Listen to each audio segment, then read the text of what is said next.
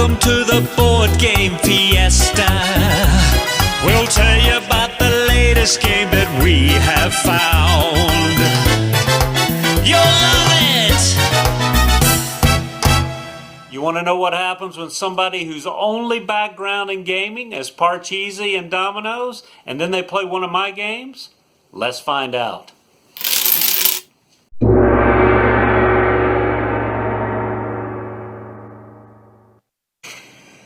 Hey, this is AZUL. I'm going to show you how it's played. It's an abstract game. I think you're going to like it, though. It's really good. You're going to start here, this game's set up for two people in each of these circular stores here. There's four, starts with 4 tiles of different colors that come out of this bag here. Shake them up and put them in there. The first player tile is in the center, and we start. The first player, he decides what color he wants, and he has to take all of that color and put it on his board. For example, let's say this player wants yellow.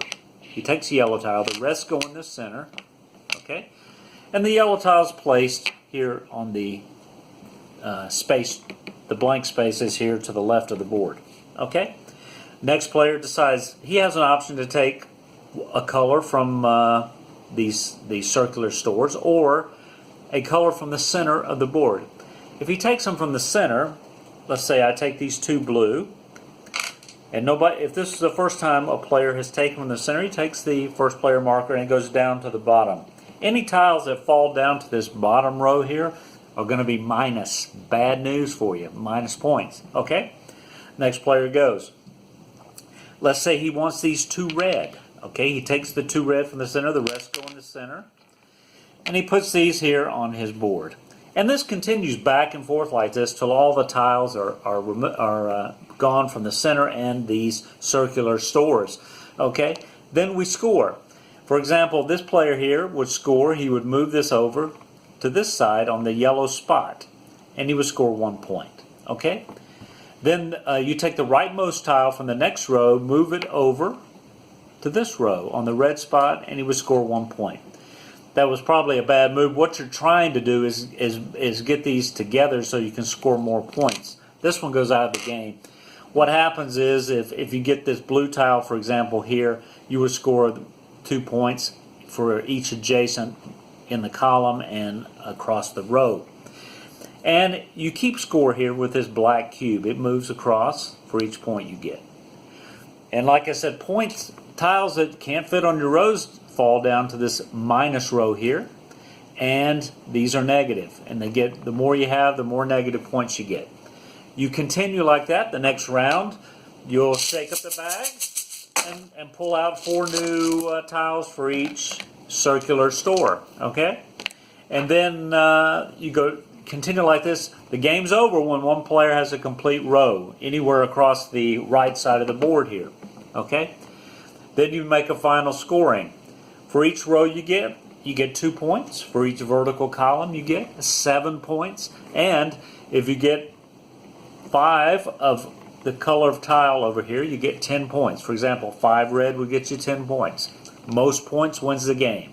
And that's how you play AZUL. AZUL is Spanish for blue. I want to play the game with you.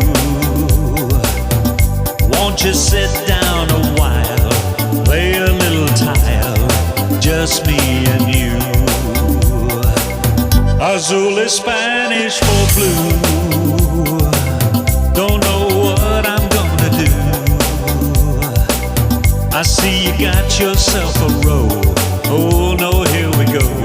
I think I'm gonna lose. Well, that's AZUL. It's an abstract game, but then again, all games are abstract. You think they're little army men or actually real army men? No. But this is good. I enjoyed it a lot. You're going to get a lot of players. It's a good game to start new players in because it's, the pieces are just little miniature dominoes similar to that. They get it. There's not a lot of player interaction with the individual boards, but I tell you what, it's a good game. I enjoyed it. The pieces, kind of reminded me of Starburst candy. So if you lose one of the pieces, just replace it with one of them and make your own variant rule. But that's not, like I said, it's not important what I think. It's important what Caro thinks. But where is she? Caro? Caro? The maraca meter. We need it. Caro.